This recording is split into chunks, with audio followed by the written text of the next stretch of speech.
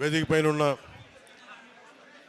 మాజీ MLA Shri Telugu Desam party నాయకులు వర్మ గారు, party spokes person, Telugu Desam party spokes person, అలాగే బుర్రా కృష్ణరాజు గారు భారతీయ జనతా పార్టీ తరపు నుంచి భారతీయ జనతా పార్టీ నాయకులు, తంగెళ్ళ ఉదయ్ శ్రీనివాస్ గారికి జనసేన పార్టీ తరపు నుంచి, అలాగే ఇక్కడ ఈ హాల్లో సమావేశమైన తెలుగుదేశం పెద్దలందరికీ, నాయకులందరికీ, భారతీయ జనతా పార్టీ నాయకులందరికీ, జనసేన పార్టీ నాయకులందరికీ, వీర మహిళలకి, ప్రతి ఒక్కరికి పేరు పేరున నా హృదయపూర్వక నమస్కారాలు. మనస్ఫూర్తిగా మీ అందరికీ ఆహ్వానం పలుకుతా ఉన్నాను. కొంచెం వెనకలు కూర్చుండి సార్, వెనకాల కనిపించకుండా ఉంటాను. నేను చాలా రోజుల నుంచి ముఖ్యంగా తెలుగుదేశం నాయకులందరికీ, కార్యకర్తలందరికీ నేను చాలా రోజుల నుంచి మనసిప్పి పంచుకోవాలనుకుంటా ఉన్నాను. ఇది చాలా రోజుల నుంచి ఎప్పుడన్నా సరే ఇలాంటి సమయం సందర్భం వచ్చినప్పుడు నేను ఎందుకు మన తెలుగుదేశం పార్టీకి నిలబడ్డాను, దేనికని చెప్పడానికి మనసిప్పి చెప్పుకోవాలి మీ అందరికీ అని అనుకున్నాను. అంటే నేను ఎలాంటి వ్యక్తిత్వం ఉన్నాడని చెప్పడానికి. పాలిటిక్స్లో సహజంగా మీ అందరూ నాయకులు, మండల స్థాయి నాయకులు, పంచాయతీ స్థాయి నాయకులు, మన పార్టీ ఎదగాలనుకుంటాం తప్ప వేరే పార్టీ ఎదగాలని అనుకోం. సహజం ఇది అందరికీ. మీరు ఒప్పుకుంటారు అన్నమాటకి. మన పార్టీ ఎదగాలనుకుంటాం తప్ప వేరే పార్టీ ఎదగాలనుకోం. కానీ నాకు చంద్రబాబు గారి మీద చాలా అపారమైన గౌరవం, మనస్ఫూర్తిగా. ఎందుకంటే ప్రతి నాయకుడితోటి మనకి ఇష్టపడే అంశాలు ఉంటాయి, విభేదించే అంశాలు ఉంటాయి. ఆయనతో నాకు విభేదించే అంశాలు తక్కువ, సమ్మతి తెలిపే అంశాలు ఎక్కువ నాకు. కాకపోతే ఒకసారి సహకారం, సంఘర్షణ మధ్యలో సరైన మాట తీరు లేకపోతే, సరైన మనం కూర్చొని సమన్వయపరిచే వ్యక్తులు లేనప్పుడు కొంచెం ఇబ్బంది గురవుతుంది. 2014 కూడా ఆ రోజు నేను ఏ కండిషన్స్ లేకుండా, ఒక్క పదవి ఆశించకుండా, ఏం ఆశించకుండా అన్కండిషనల్గా తెలుగుదేశం పార్టీ, మన భారతీయ జనతా పార్టీ గెలవాలని చెప్పి జనసేనని పెట్టి కూడా అప్పటికి ఒక 10 మందిని అభ్యర్థులు నిలబెట్టగలిగే స్థాయిలో ఉండి కూడా ఎందుకు పెట్టలేదంటే సంపూర్ణంగా నా స్థాయి నుంచి సంపూర్ణంగా గెలవాలి, మీరందరూ అలయన్స్ బాగుండాలి, అలయన్స్ బాగుంటే ఆటోమేటిక్గా మేము బాగుంటామని ఆలోచనతో 2014లో మనస్ఫూర్తిగా రోజున ఒక్క పదవి ఆశించకుండా తెలుగుదేశం పార్టీ మన భారతీయ జనతా పార్టీకి చేసి పెట్టాను. ఆ రోజున మొన్న జైల్లో ఉన్నప్పుడు, చాలా అకారణంగా ఆయన జైల్లో పెట్టినప్పుడు, ఎలాంటి విషయం లేకుండా జైల్లో పెట్టినప్పుడు నాకు చాలా బాధ కలిగింది. ఆయన వెళ్తా ఉంటే చాలామంది రోడ్డు మీద అన్న ఆయన్ని బంధించేశారన్న, ఆయన కూర్చోబెట్టి జైలు నుంచి బయటికి తీసుకురండి అన్న అని చెప్పి ప్రతి ఒక్క తెలుగుదేశం తమ్ముడు నా దగ్గరికి వచ్చి దారి పొడుగుతో మాట్లాడుతుంటే చాలా కదిలించేసింది. ఇది నేనేం కోరుకుంటానంటే, మనందరి మధ్య మన విభిన్నమైన పార్టీలకు చెందిన వ్యక్తులం కావచ్చు, కానీ మనందరం కలిసి భారతదేశానికో, ఆంధ్రప్రదేశ్, మనం ఉంటున్న ఆంధ్రప్రదేశ్కు మనం పని చేసుకోవడానికి వచ్చాం. మనందరికీ ఏకాభిప్రాయం లేకపోవచ్చు అన్ని విషయాల మీద, కానీ ఎక్కువ శాతం ఏకాభిప్రాయం ఉండేలాగానే మనం ప్రయత్నాలు జరుగుతూ ఉంటాయి. ఈ పొత్తు కూడా అలాంటిదే. అన్నీ మనం ఏకీభవించాల్సిన అవసరం లేదు, అన్నీ మనం కూర్చొని యాక్సెప్ట్ చేయాల్సిన అవసరం లేదు, కానీ ఎక్కువ శాతం 70-80% అందరం ఏకీభించే పరిస్థితులే ఉంటాయి. నాకు ఎదుగుదల ఉండి కూడా ఎందుకు నన్ను నేను కుదించుకొని 25 స్థానాలకు ఎందుకు కుదించుకున్నానంటే, మీ దగ్గర బలమైన స్ట్రక్చర్ ఉంది తెలుగుదేశం పార్టీకి. మేము స్ట్రక్చర్, మా దగ్గర యువత బలం ఉంది, మా దగ్గర కొట్లాడే బలం ఉంది, మా దగ్గర కొట్లాడే శక్తి ఉంది. నేను మా యువత అందరికీ చెప్తుంటాను, మా మహిళా నాయకులందరికీ చెప్తుంటాం, మా నాయకులందరికీ చెప్తుంటున్నాం, భారతీయ జనతా పార్టీని చూసి కానీ, తెలుగుదేశం పార్టీని చూసి కానీ మనం నేర్చుకోవాల్సింది, ఒక ఇంతమంది జనసందోహాన్ని ఒక స్ట్రక్చర్లో ఎలా పెట్టాలి అనేది మీ రెండు పార్టీలను చూసి నేర్చుకోవాలి. తెలుగుదేశం పార్టీని చూసి పదే నేను చెప్తూ ఉంటాను. ఎందుకంటే ఎవరైనా సరే నేర్చుకోవడం మీద, ఎవరి దగ్గర ఇచ్చిన పాఠాలు నేర్చుకోవడానికి జనసేన మేమందరం సంసిద్ధంగా ఉంటాం. ముఖ్యంగా ఆయన జైల్లో పెట్టినప్పుడు నేను వెళ్ళాను లోపలికి. నా దగ్గర నాకు పెద్ద ఆలోచన ఏం లేదు. పాప ఆయన జైల్లో వెళ్ళినప్పుడు ముఖ్యమంత్రి, ఉమ్మడి రాష్ట్ర ముఖ్యమంత్రి, ఒక మహానగరాన్ని ఆయన మేధస్సుతోటి, ఆయన ఆలోచన విధానంతో, ఎందుకు నాకు తెలుసు ఒక పార్టీని నడపడం ఎంత కష్టమో, అలాంటిది ముఖ్యమంత్రిగా ఉండి ఇన్ని ఒక మాదాపూర్ లాంటి ఒక హైటెక్ సిటీని ఆయన కూర్చొని రూపకల్పన చేశారు, 2020 విజన్ అని. అలాంటి వ్యక్తి ఎక్కడో మన రాజమండ్రి జైల్లో అలా కూర్చొని ఉంటే నాకు చాలా బాధ కలిగింది. వెళ్ళి లోపలికి వెళ్ళి మొత్తం అన్ని ఆ సెక్యూరిటీ మెజర్స్ అన్ని తట్టుకొని లోపలికి వెళ్ళి ఆయన చూస్తుంటే, ఒకప్పుడు అందరికీ ఈయన్ని జేజేలు పట్టిన ముఖ్యమంత్రి గారికి ఇలాంటి దుస్థితి కలిగింది. నేనేం చేయగలను ఆలోచించాను. బయట పార్టీ వాడిని, నేను తెలుగుదేశం పార్టీ వ్యక్తిని కాదు, కానీ నాకు మీ నాయకుడు తాలూకు బాధ, మీ అందరి బాధ నన్ను చాలా చాలా తాకింది. నేను చేయగలిగేది ఏంటి? నేను చేయగలిగేది ఏమనుకున్నానంటే మనందరం కలిసి ప్రజాస్వామ్యాన్ని కాపాడాలి. మనందరం కలిసి వైసీపీ రాక్షస పాలన నుంచి ఆంధ్రప్రదేశ్ని విముక్తి కలిగించాలి. నా వంతు కృషి నేనేం చేయగలను? సహజంగానే పొత్తు ఇలాంటి పరిస్థితుల్లో, ముఖ్యంగా మీ నాయకులందరికీ, తెలుగుదేశం నాయకుల మీ అందరికీ కూడా, సీనియర్లందరికీ తెలుసు, ఇలాంటి పొత్తులో ఆమ్ ట్విస్ట్ చేస్తారు. మాకు ఇన్ని సీట్లు కావాలి, మాకు ఇది కావాలి, అలా కండిషన్స్ పెట్టే పొత్తు ఉంటుంది ఎప్పుడు. నేను అవేం పెట్టుకోలేదు మనసులో. ముందు మీ నాయకుడు బయటికి రావాలి, చంద్రబాబు నాయుడు గారు బయటికి రావాలి అన్న ఒక్కటి తప్ప. ఎందుకంటే లెక్కలేసేవాడైతే వాడు పవన్ కళ్యాణ్ అవ్వడు.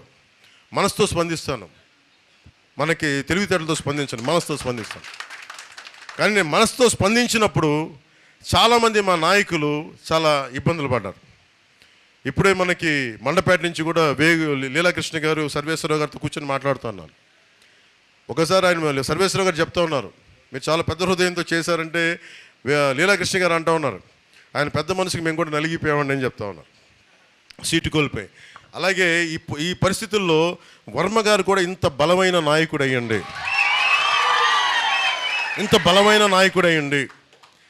త్రిముఖ పోటీ నుంచి ఆయన ఇండిపెండెంట్గా పోటీ చేసే సత్తా ఉండి వ్యక్తి కూడా. ఎందుకంటే నేను ఉదాహరణకి మనం ప్రత్యర్థి పార్టీలైనా, ఇదే త్రిముఖ పోటీ అయినా కానీ ఇంతే గౌరవిస్తాను వర్మ గారికి, గుర్తుపెట్టుకోండి. ఎందుకంటే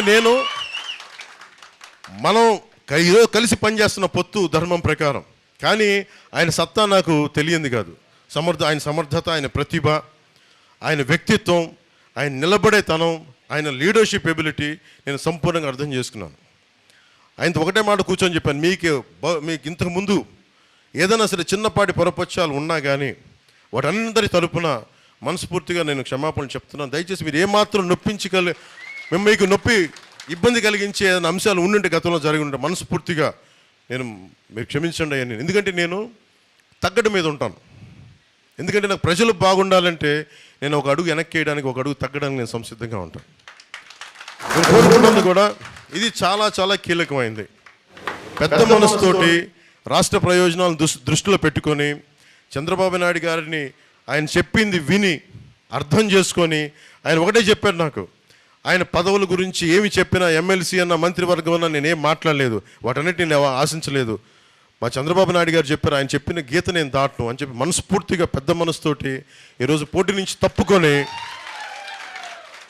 తప్పుకొని నన్ను అభ్యర్థిగా నిలబెట్టి ఇక్కడ 1,00,000 ఓట్ల మెజారిటీతో గెలిపించే బాధ్యత నాది అని చెప్పి ఆయన పెద్ద మనసుతో చెప్పడం చాలా చాలా ఆనందం వేసింది. సో దీంట్లో చాలా కీలకమైంది, ఆయన మర్యాదకి భంగం కలగనివ్వను. మీకు ఇదే చెప్తున్నాను. నేను ఇక్కడ ఎమ్మెల్యేగా మీరు గెలిపించినా కానీ ఆయన మర్యాదకు కానీ ఆయన గౌరవానికి కానీ నేను భంగం కలగనివ్వం. అలాగే మన పొత్తు ధర్మానికి ప్రతి మండలంలో ఉన్న ప్రతి తెలుగుదేశం నాయకులకి, ప్రతి బీజేపీ నాయకులు కూడా మీ గౌరవానికి, మీ అధికార దీనికి నేనేం భంగం కలగనివ్వం. అందరం కలిసి పనిచేద్దాం, సమస్యల మీద ఉమ్మడిగా పోరాడదాం. అలాగే మనకి ఏలేరు కాలువ కానీ, సుద్దగడ్డ, వీటన్నిటికి కూడా కంబైన్డ్గా కూర్చొని ఆలోచిద్దాం తప్ప ఏ విధంగా కూర్చొని ఒంటెద్దు పోకడైతే నేను పోను. అందుకని మీరు మనస్ఫూర్తిగా ఈ రోజున వర్మ గారు మిమ్మల్ని అందరికీ కలవాలంటే మనస్ఫూర్తిగా మీ అందరికీ ఇక్కడ వచ్చిన ప్రతి ఒక్కరికి పేరున ప్రతి తెలుగుదేశం నాయకులకి, ప్రతి ఒక్క కార్యకర్తలకి, ప్రతి ఒక్కరికి మన భారతీయ జనతా పార్టీ నాయకులకి, జనసేన నాయకులు, ప్రత్యేకించి జనసేన పార్టీ తరపు నుంచి మీ అందరికీ మనస్ఫూర్తిగా నా కృతజ్ఞతలు తెలుపుకుంటాను.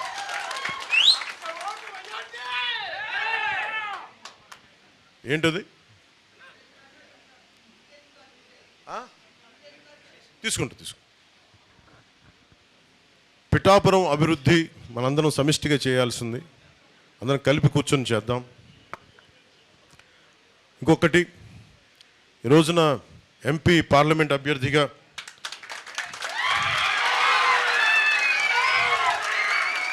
తంగెళ్ళ ఉదయ్ శ్రీనివాస్ గారిని జనసేన పార్టీ తరపు నుంచి నించోబెడుతున్నాం.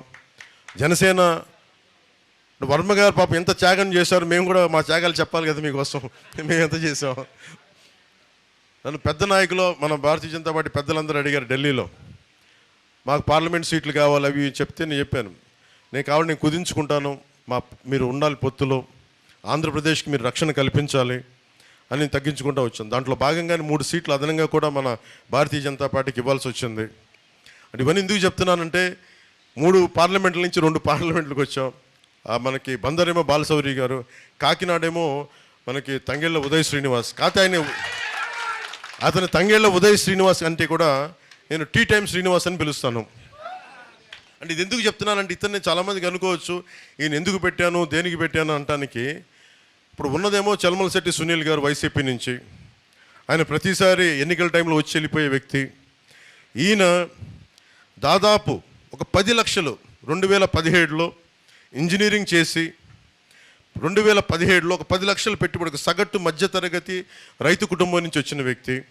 ఒక 10 లక్షల పెట్టుబడితోటి ఒక టీ టైం, ఎక్కడ కాఫీ డే, బరిస్టా ఇలాంటివి కాకుండా చాలా చిన్నపాటి టీ షాపులు మన ఊళ్ళలో కూర్చొని మాట్లాడి, మోడీ గారు చెప్పినట్టు చాయ్ పే చర్చలాగా, మోడీ గారు చెప్పినట్టు చాయ్ పే చర్చలాగా మనం కూర్చొని టీ టైం మాటలు అని చెప్పి కూర్చొని అందరూ ఆ వయసులో అందరూ కూర్చొని విలాసాలకి వినోదాలకి వెళ్తుంటే ఈ యువకుడు మటుకు కూర్చొని నేను ఏదైనా సాధించాలి అని కూర్చొని ఒక చిన్నపాటి కాన్సెప్ట్ క్రియేట్ చేశాడు. ఆ కాన్సెప్ట్ ఏంటంటే కూర్చోబెట్టి మనకి బెరిస్టా లాగా కాఫీ డే లాగా మనం ఎందుకు మన సగటు పల్లెటూరులో మన ప్రాంతాల్లో మనం ఎందుకు పెట్టకూడదు. ఆ ఒక్కడి ఆలోచన 10 లక్షల పెట్టుబడితోటి కూర్చోబెట్టి రకరకాల టీ ఆకులు తీసుకొచ్చి రకరకాల కాంబినేషన్స్ తనే కొంతమంది టెస్టర్స్ని పిలిపించుకొని కూర్చొని ఒకటే పని చేశాడు. అది చాలా టీ కాంబినేషన్స్ చేసిన తర్వాత 5-6 టీ కాంబినేషన్స్ పెట్టుకుని చిన్న కొట్టు పెట్టుకున్నాడు. తనే నడిపాడు, ముందు ఫ్రెండ్స్ అందరినీ పిలిచేవాడు.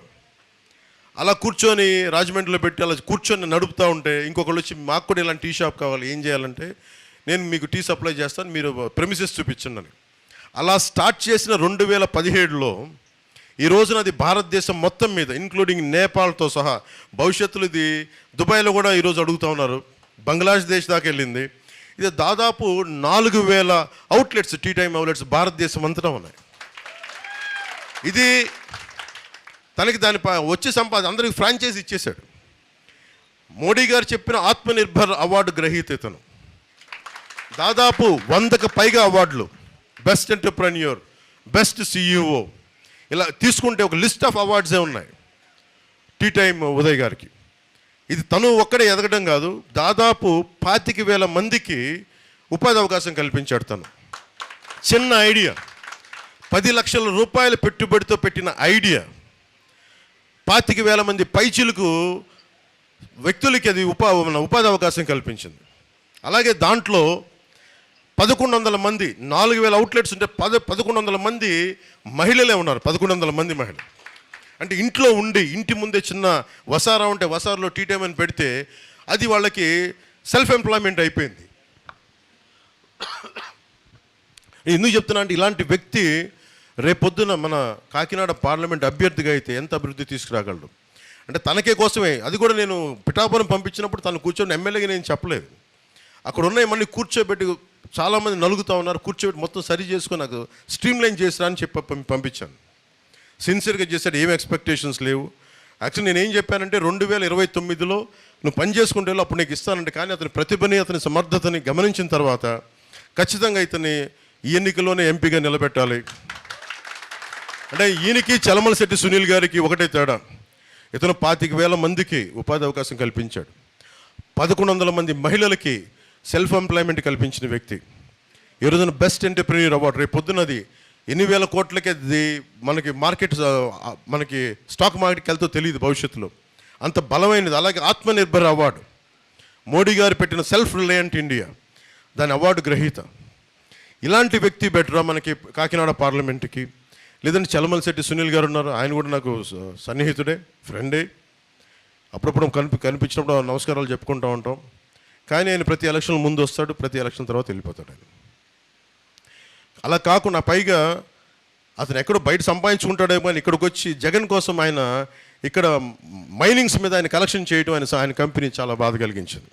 ఇక్కడి నుంచి డబ్బు తీసుకెళ్ళిపోతున్నాడు కానీ అక్కడి నుంచి డబ్బు తెప్పించట్లా.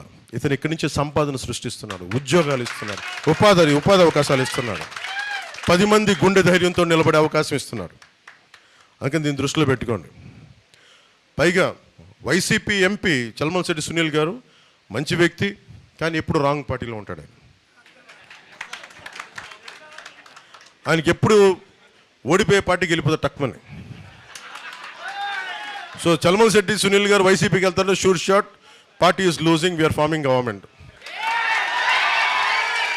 మనం ఒక్కటే గుర్తుపెట్టుకుందాం, ప్రతి మా తెలుగుదేశం సోదరులందరికీ, మా తెలుగుదేశం మహిళా సోదరీమణులందరికీ, మా భారతీయ జనతా పార్టీ నాయకులందరికీ, పెద్దలకి, కార్యకర్తలకి, జనసేన నాయకులందరికీ, కార్యకర్తలకి, జన సైనికులకి, వీర మహిళలకి, ప్రతి ఒక్కరికి పేరు పేరు చెప్తున్నాం, మనం ప్రభుత్వాన్ని స్థాపిస్తున్నాం.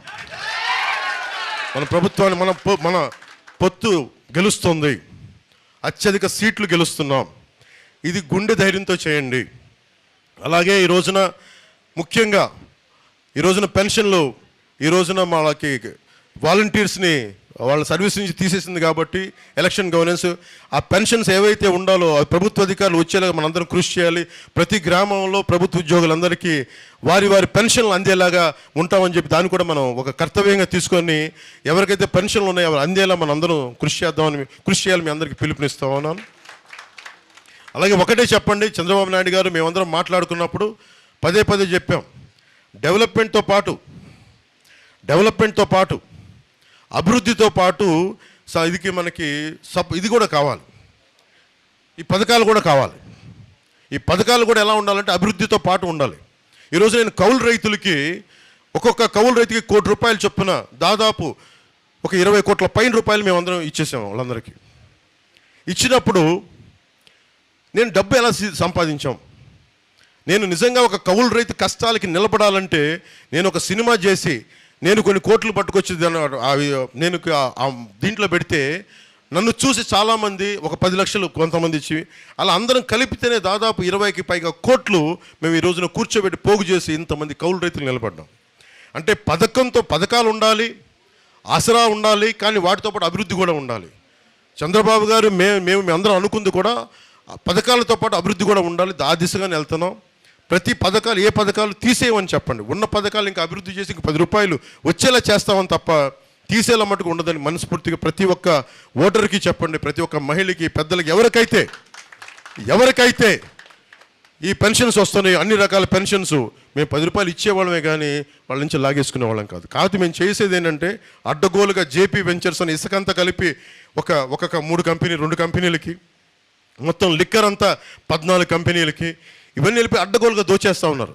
మద్యం, ల్యాండ్ మాఫియా, ఇది మనకి గంజాయి, ఇలా అడ్డగోలుగా దోచేస్తానికి వీళ్ళని ఆగాలంటే మన పొత్తు గెలవాలి, మనందరం నిలబడాలి.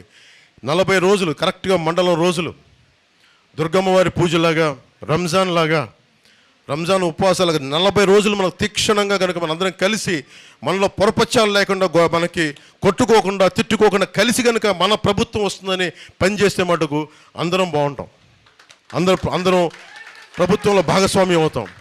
మనలో పాటు పెద్దలకు కూడా, చాలామంది పెద్దలకు కూడా చెప్తున్నాను, మన కార్యకర్తలు కానీ నాయకులు కానీ ఒక చిన్నపాటి ఇబ్బందులు ఉన్నా కానీ ఇంకొక కాన్ఫ్లిక్ట్ మేనేజ్మెంట్ లాగా కొంతమంది పెద్దలు వచ్చి కూర్చొని దాన్ని సరి చేయవలసిందిగా కోరుకుంటా ఉన్నాను.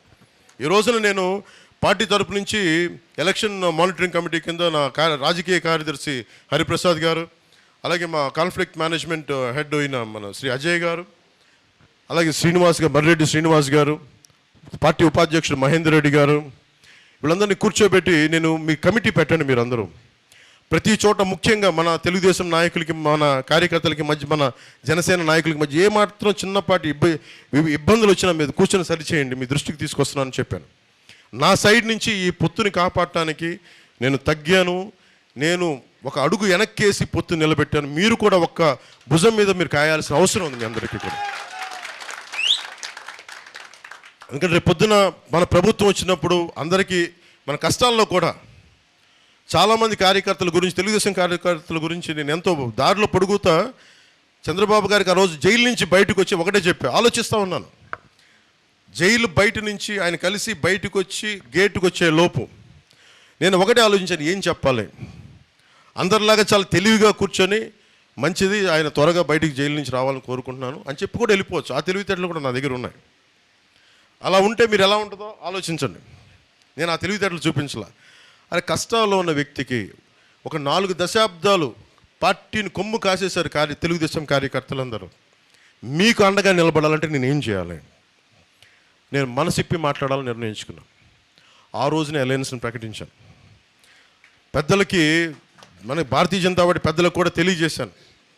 అదేదో నిజంగా మనకు ఆంధ్రప్రదేశ్ ఇబ్బందులు చూసి నేను చేయాల్సి వచ్చింది, పెద్ద మనసుతోటి సహకరించండి అని చెప్పాను.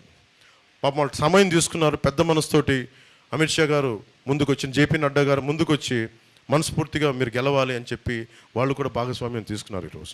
సో నేను కోరుకుంటుంది, మన ప్రభుత్వాన్ని స్థాపిస్తున్నాం. టీ టైం ఉదయ్ శ్రీనివాస్ గారిని గెలిపించవలసిందిగా మనస్ఫూర్తిగా కోరుకుంటున్నాను. అలాగే వర్మ గారు కొంచెం మీరు ముందుకు రావాలి. ఈయన ఒక మాస్ లీడర్. నాకు ఈయనతోటి నాకు, బాబు నువ్వు కూర్చో, నాకు కనిపించలేదు. నాకు ఈయనతోటి నచ్చుద్ది. ఈయన ముఖస్థితి లేకుండా మాట్లాడతారు. ఈయన అలాంటి వాడు నిలబడితే ఎంత గట్టిగా నిలబడతాడో నాకు తెలుసు. వారి అబ్బాయికి కూడా మనస్ఫూర్తిగా ప్రత్యేకమైన కృతజ్ఞతలు. జూనియర్ వర్మ గారికి.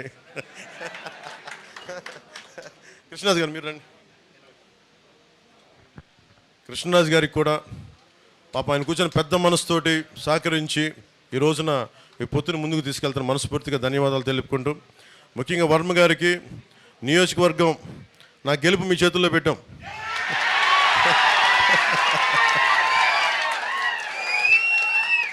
సో మనస్ఫూర్తిగా నాయకులు, తెలుగుదేశం నాయకులందరూ నేను ఒకటి చెప్తున్నా, గెలవాలంటే గెలవచ్చు, అలా కాదు కదా. గెలుపు చిరస్థాయిగా ఉండిపోవాలి, మర్చిపోయేలా భారతదేశం ఏదో మీరు గుర్తుపెట్టుకోండి. మన జగన్ ఏం చేశారు చెప్తాను. జగన్ ఒక నిమిషం, ఆ జగన్ ఏం చేశాడు చెప్తా. మోడీ గారు, ముఖ్యంగా భారతీయ జనతా పార్టీ పెద్దలు మీ అందరికీ తెలుసు, G20 సమ్మిట్, కృష్ణరాజు గారు G20 సమ్మిట్ ఎంత ప్రతిష్టాత్మకమైనదో మనందరికీ తెలుసు. అలాంటి సమయంలో ఆయన డిస్టర్బ్ చేయడానికే చంద్రబాబు నాయుడు గారిని అరెస్ట్ చేశారు. అది చాలా ఆవేదన కలిగించింది పెద్దలందరికీ. అలాంటి సమయంలో కూర్చోబెట్టి మనం తీసుకున్న నిర్ణయం ఈరోజు మనందరినీ కల్పించింది. దీని ఫలితాలు సాధిద్దాం, గుర్తుపెట్టుకుందాం. ఏం లేదు, ఈ విజయం పిఠాపురం నా ఒక్కడి విజయం కాదు, మనందరి విజయం. వర్మ గారి విజయం, కృష్ణరాజు గారి విజయం, మన టీ టైం ఉదయ్ శ్రీనివాస్ విజయం, మన జనసేన కార్యకర్తల విజయం, తెలుగుదేశం కార్యకర్తల విజయం, తెలుగుదేశం సోదరుల విజయం, వీర మహిళల విజయం, భారతీయ జనతా పార్టీ నాయకుల విజయం. ఇది మనందరి సమిష్టి విజయం. దిగ్విజయంగా ఉండాలని చెప్పి తెలుగుదేశంకి జయము జయము, భారతీయ జనతా పార్టీకి జయము జయము, జనసేన పార్టీకి జయము జయము, ప్రజలకి దిగ్విజయం కలుగు కాక. జై జనసేన, జై హింద్.